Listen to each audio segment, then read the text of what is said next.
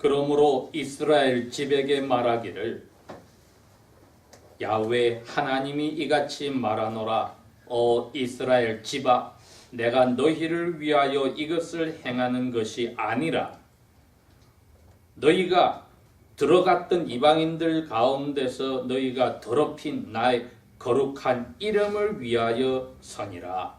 나는 이방인들 가운데서 더럽혀진 곧 너희가 그들 가운데서 더럽힌 나의 위대한 이름을 거룩하게 하리니 내가 그들이 보는 앞에서 너희 안에서 거룩하게 될 때에 그 이방인들이 내가 야훼인 줄 알게 되리라. 야훼 하나님이 말하노라. 이는 내가 너희를 이방인들 가운데서 취하고 모든 나라들에서 너희를 모아 너희 본토로 데려올 것이기 때문이라. 그때에 내가 너희 위에 정결한 물을 뿌리리라. 그러면 너희가 정결하게 되리라. 너희 모든 부정함과 우상들로부터 내가 너희를 정결하게 할 것이며 내가 너희에게 새 마음을 주고 너희 속에 새 영을 넣으리라. 내가 너희 육체에서 돌 같은 마음을 없애버리고 내게 살같이 부드러운 마음을 주리라. 그리하면 내가 너희 안에서 내 영을 넣어서 너희로 내 법규들 안에서 행하게 하리니 너희가 내 법령들을 지키고 행하리라. 이에 너희가 내가 너희 조상들에게 주었던 그 땅에서 거할 것이요 너희는 내 백성이 되고 나는 너의 하나님이 되리라. 내가 너희를 너희의 모든 부정함으로부터 구원할 것이며 또 내가 곡식을 가져와서 풍성하게 하여 너희 위에 기근을 두지 아니하리라. 내가 나무의 열매와 밭의 소산을 많게 하여 너희로 이방인들 가운데서 기근의 비난을 다시는 받지 아니하게 하리라. 그때 너희는 너희 자신의 악한 행위들과 선하지 아니한 너희 행실들을 기억하고 너희 죄악들과 가증함들로 인하여 너희 목전에서 너희 자신들을 싫어하리라. 주 하나님이 말하노라. 내가 너희를 위하여 이것을 행하는 것이 아닌 줄을 너희가 알리라. 이스라엘 집아, 너희 자신의 행위들로 인하여 부끄러워하며 당황할지니라. 아멘. 자, 오늘 저희들이 읽은 이 말씀을 한번 생각을 해보겠습니다. 기원전 BC 599년에 오늘날 이스라엘 나라가 어려운 자리에 들어갔습니다. 야훼께서 이스라엘을 세우실 때의 한 이야기, 그리고 정해놓으신 그 율법 속에 들어가 있는 일이 생겼습니다. 그 율법 속에 이스라엘이란 나라는 야훼께 한 가지 일을 하기 위해서 세워졌다 했습니다. 그게 다른 게 아니라 오늘날도 아직 그런 나라들이 있지만은 그 당시에 세상의 모든 나라들이 각 나라들이 자기들이 섬기는 신들이 있었습니다.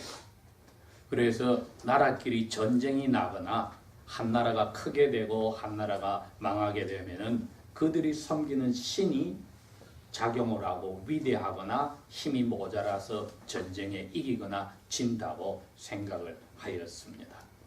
그러니 이스라엘의 나라를 세우면은 그 나라에도 분명히 신이거나 신들이 있을 것인데 그 나라가 잘 되면은 신의 이름이 올라가고 못 되면은 신의 이름이 다른 나라의 신들에게 깎이는 일이 있다고 생각할 때였습니다. 심지어 21세기를 사는 저희들도 그렇습니다. 이 미국이란 나라도 잘 되어지면은 모든 정부 기관에서부터 자기들이 섬기는, 심지어 돈에까지 찍어놓은 우리는 하나님을 믿는다, 의지한다 하는 그 하나님이 지켜주셔서 자기들이 잘 된다고 고백을 합니다. 아직까지도 상원의원들이 개원을 하기 전에 제일 먼저 하는 것이 채플린을 모셔서 기도로 회의를 시작하는 것은 변함이 없습니다. 대통령들이 취임 선서를 할 때도 대부분들이 링컨 대통령이 사용하였던 성경을 빌려서 거기에 손을 얹고 또 자기가 가져온 성경을 얹어서 선서를 합니다. 이스라엘을 세울 때 당시는 이거보다 훨씬 더 심하여서 야훼께서 이야기해 줬습니다.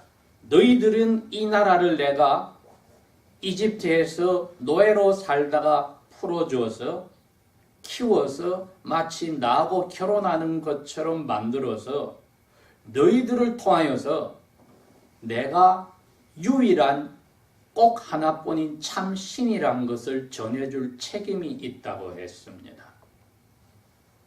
그런데 그 목적은 여러분 오늘날까지 변함이 없습니다. 그리스도인들은 영적으로 이스라엘 나라의 시민입니다.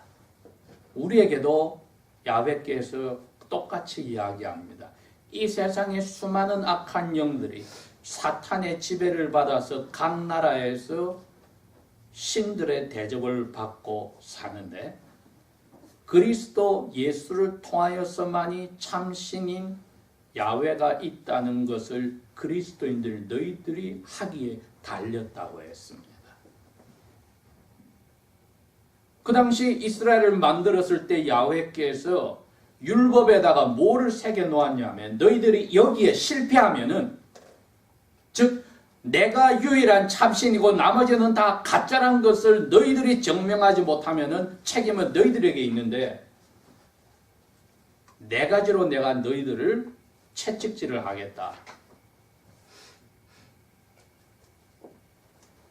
제일 먼저는 흉년이 들어서 굶어 죽게 하고 그것도 안 되면은 이제는 야생 동물들을 번창하게 해서 너희들을 죽이게 하고 그것도 안 되면은 전염병을 돌게 하여서 너희들을 채찍질해서 많은 사람을 죽이고 그것도 안 되면 전쟁을 맞이하여서 많이 죽어버리게 하겠다. 그래도 너희들이 내가 참신이란 것을 나타내기 위해서 살지 않고 다른 나라가 섬기는 엉터리 신들을 찾아간다면은 마지막 수단을 내가 쓸 텐데 그때는 내 땅에서 너희들을 쫓아서 다른 나라로 포로로 보내겠다 했습니다. 그런데 BC 599년에 일어난 일이 그 앞에 네 가지 그 채찍을 무시한 이스라엘 사람들에게 포로로 가는 마지막 일을 했습니다. 요즘은 우리 한국 땅에서 그런 일이 있을지 모르지만 우리가 자라날 때만 해도 가끔 있는 일이 있었는데 가족 중에 특별히 남자애들, 아들들 중에 부모 말을 듣지 않고 반역하는 애들이 호적에서 파버린단 말이 있습니다. 집에서 쫓아내버리고 의절을 해요. 너희 내 자식이 아니다. 요즘에는 각 가정이 자녀들 하나 둘밖에 가지지 않아서 애들이 스포일이 됐으니까 마치 이 세상 엄마 아빠는 자기를 위해서 산다고 착각하는 사람들이 많이 있습니다. 옛날에는 반대였지요. 자녀들이 부모를 위해서 있다는 것이었습니다. 그게 성경적인 개념이기도 합니다. 그랬기에 성경은 자녀들아 내 부모를 공경하라. 그래야 상이 있다. 하나님이 우리를 부를 때 너희들은 내 아버지고 내가 너희의 아들이다 하지 않고 너희들이 내 아들, 딸이고 내가 너희 아버지라는 개념을 주셔서 인간관계에서의 자녀와 부모의 관계가 우리와 하나님 관계를 닮은 것이란 이 질서를 바꿀 수 없다는 것을 가르쳐 주셨습니다. 그래서 그 자녀들이 부모의 말을, 특별히 아버지의 말을 끝까지 듣지 않을 때에 결국은 채찍을 드시는 것이고 히브리서 12장에도 밝혔듯이 자녀들아 아버지에게 채찍을 맞을 때 슬퍼하지 말아라. 너희들이 진짜 아들, 딸이기 때문에 채찍을 드는 것이다. 그게 잠깐 슬프게 보여도 결국엔 너희들을 선한 길로 이끄는 길이라고 밝혀주셨습니다. 그러니 이스라엘이라는 나라가 포로로 가는 그때에 이게 제일 무서운 채찍이구나. 호적에서 파버리는 것처럼 무서운 것이구나 하였지만 파는 부모는 내버린 자녀를 미워한 것이 아니라 그렇게 하여서라도 자기 잘못을 깨닫고 돌아오라고 하라고 그 방법을 썼던 것입니다. 오늘날도 교회가 멤버들 가운데 그처럼 하나님의 이름을 더럽히는 사람이 교회 말을 듣지 않을 때는 excommunication, 파문이라고 해서 모든 관계를 그 사람과 끊음으로 외로움 속에서 다시 하나님 앞에 돌아오기 위해서 교회에서 쫓아내는 일도 있습니다. 그러니 이 원리가 아직까지 바꾸어진 것이 아닙니다.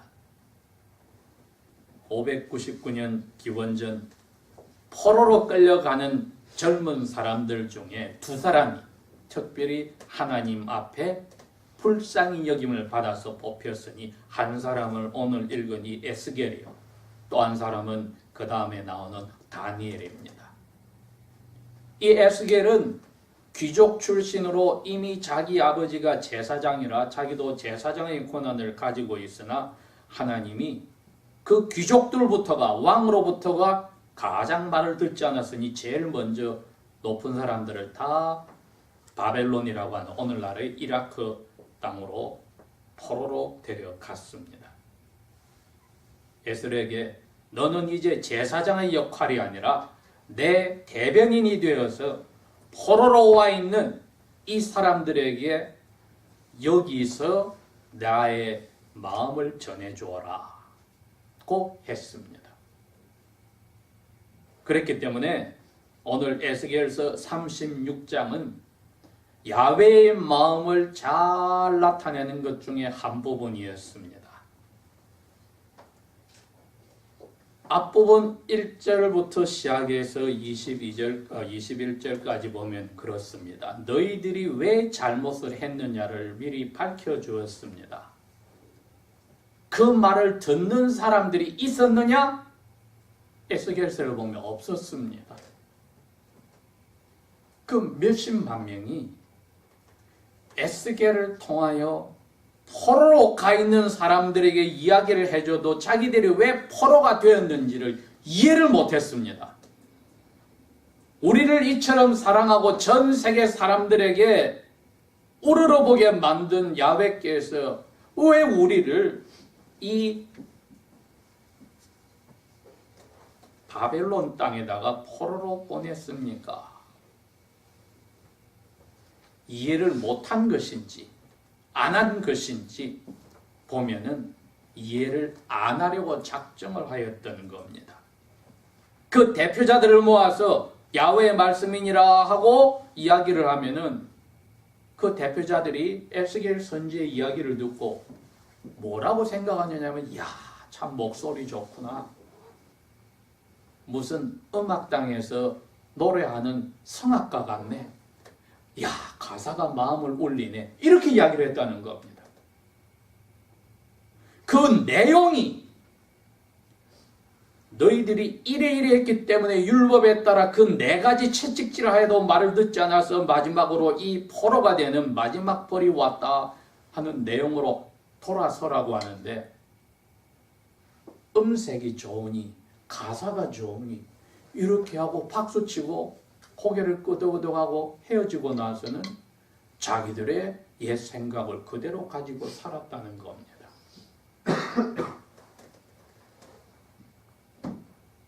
그러니 희망이 안 보입니다.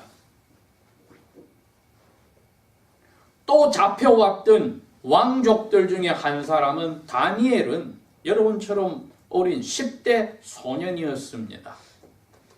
왕립대학교에서 유학을 다 끝나고 마지막에는 그 제국의 2인자의 자리에까지 올라갑니다. 이 다니엘은 에스겔과는 다른 부름을 받아서 기도하는 일을 전념하는 선지자가 되었습니다. 그런데 그 기도의 내용이 다니엘서 9장에 보면은 우리와 우리 조상들이 이러한 잘못을 하였습니다. 다른 신들도 신이라고 생각하고 거기에 참신인 야훼를 팽개치고 가는 무자비한 간통죄를 지었으며 우상 숭배 죄를 지었고 충성하지 않는 불경 죄를 지었습니다.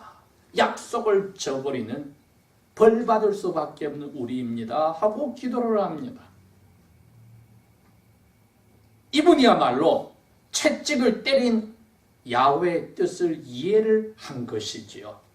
그러니 야훼의 이름을 생각하여서 그 이름을 높이려고 우리나라를 처음에 만드셨는데 우리가 그걸 팽개치고 다른 나라 신들이 더 좋다고 했으니 야훼 이름을 회복하기 위해서라도 우리를 이제 돌려주시면은 이제는 우리가 야훼가 참신이라고 다른 나라에 선포하는 원래 건국의 취지대로 살기를 원합니다. 이렇게 기도를 하는 겁니다. 그래야 자비로우시다는 야훼 이름이 만방에 영광스럽게 드러나지 않겠습니까? 여러분, 그 사실은 오늘날도 우리들이 사는 삶의 목적입니다.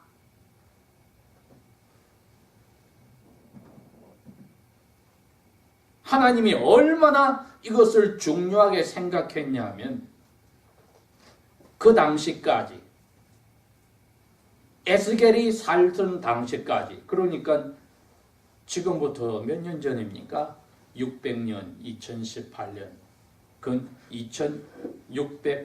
2618년 전에 전 세계 역사 가운데 에스겔에게 야훼께서 이렇게 하겠습니다. 내가 인정하는 가장 어려운 세 사람이 있다. 아담, no. 하와, no. 에녹, no. 노아. 두 번째는 아브라함, no. 모세, no. 욥. 세 번째는 너 친구 선지자 다니엘. 그렇게 이야기했습니다. 이 세 사람이 지금 내 앞에 와서 깨끗하고 의로운 사람으로 섰을 때에 내가 여기 잡혀있는 모든 이스라엘 포로들을 자기 죄 때문에 죽일 때 이 세 사람이 제발 다른 사람 살려주시셔야 할 때 너희 가족들도 너희들이 의롭다고 해서 너희들 때문에 살려줄 수 없어. 다 각자가 자기 죄 때문에 내가 벌을 내릴 수 있으나 너희 셋은 그의 의로운 삶 때문에 내가 생명을 보존시켜 줄게.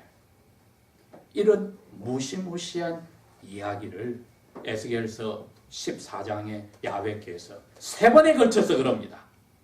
의로운 사람, 이 세 사람이 내 앞에 서 있어도 더 이상 용서해 줄 수 없어. 야훼께서 결정하신 것을 그대로 뿌리까지 뽑아내서 죄를 정리하겠다는 겁니다. 그게 포로를 보낸 목적이었습니다. 깨끗하게 정리를 하겠다. 다른 길이 없으니까요.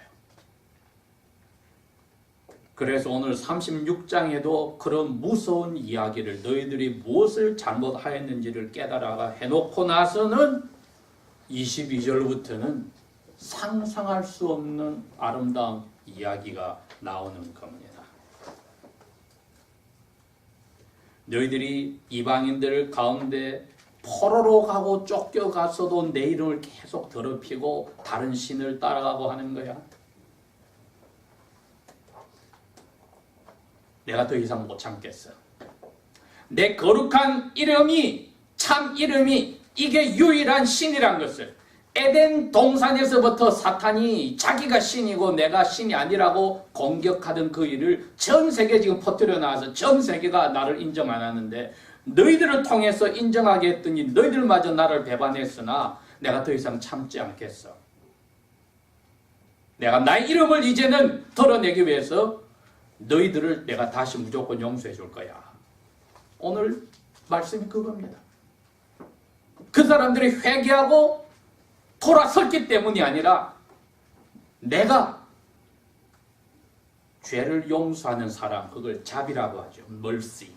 죄를 용서하는 사랑입니다. 내가 자비가 넘치는 신이란 것을 모든 나라 사람들에게, 너희들이 다 흩어져 있는 그 포로로 간 나라 속에서도 너희들을 먼저 채찍을 치고 너희들을 데리고 와서 이제는 내 이름을 위하여 사는 전 세계 사람들이 보고 예수님이 표현한 대로 A city on a hill, 너희들은 산 꼭대기에 세워놓은 도시 국가와 같다 하는 그 자리로 다시 내가 돌려 놓을 거다.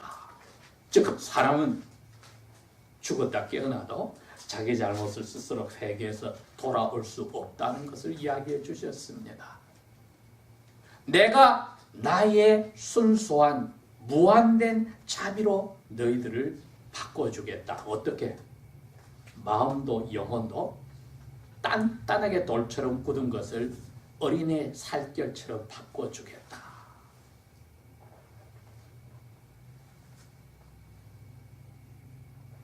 그래서 여러분들이 어린애 살결처럼 하려고 뭐 바르고 그러잖아요. 영혼을, 마음 상태를 그렇게 바꿔주겠다는 겁니다. 새롭게. 사람이 할 수 없는 일을 야훼께서 자기 이름을 위하여서 그렇게 하시겠다. 그래야 여러분 이 세상에 그리스도인이든 그 당시에 이스라엘이라는 나라가 존재하는 목적이 이루어지는 겁니다.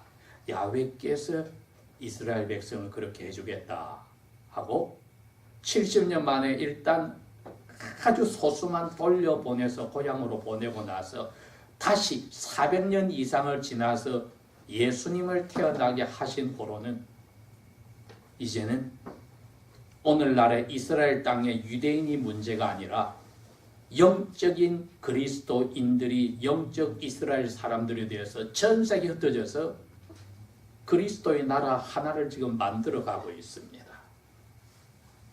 미국의 곳곳에서 또 몇 시간 후에 하와이에서까지, 구암에서까지, 사모에서까지 교회가 하나님 앞에 기도할 때 그 하나님의 나라의 시민들이 야훼의 이름, 예수 그리스도만이 참 신이라는 것을 드러내려고 모이는 일을 하는 겁니다. 그래서 주일이 있습니다.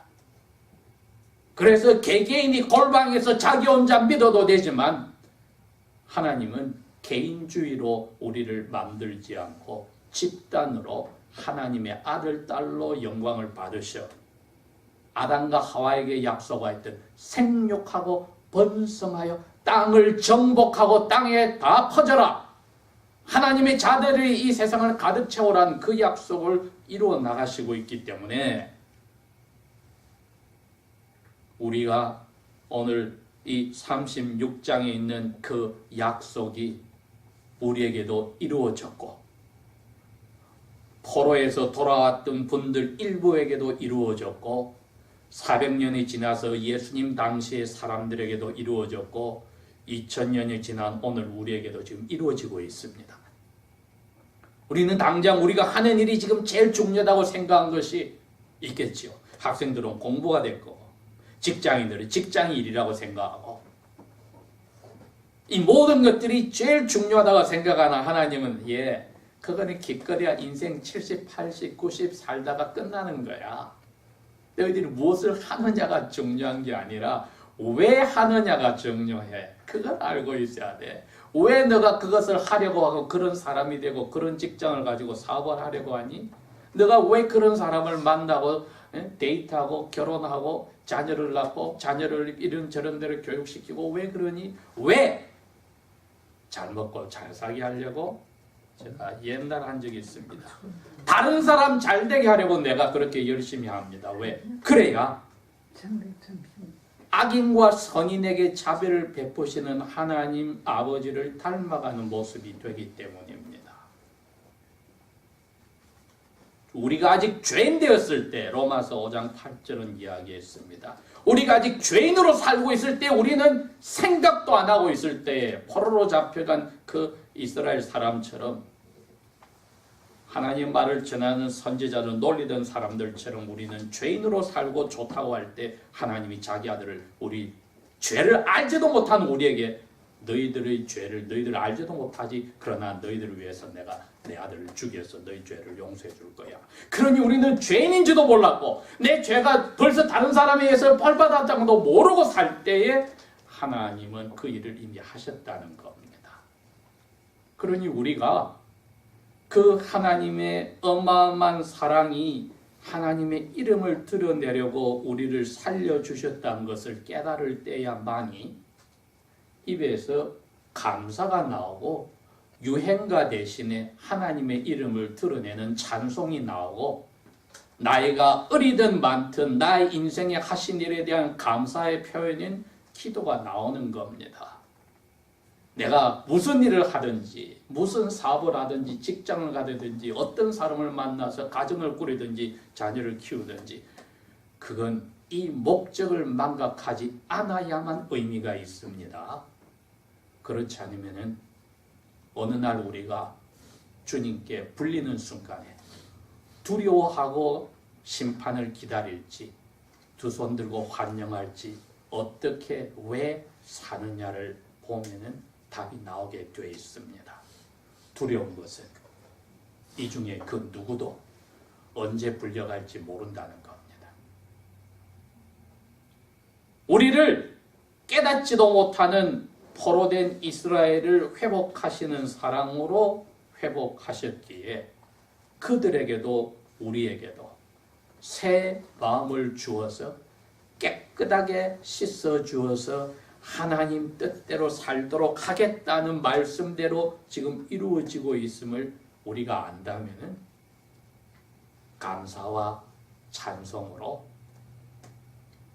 사탄이 제일 싫어하는 야훼를 저희들이 송축하는 겁니다. 그게 영어로 bless입니다. 야훼를 송축한다. 기도하겠습니다.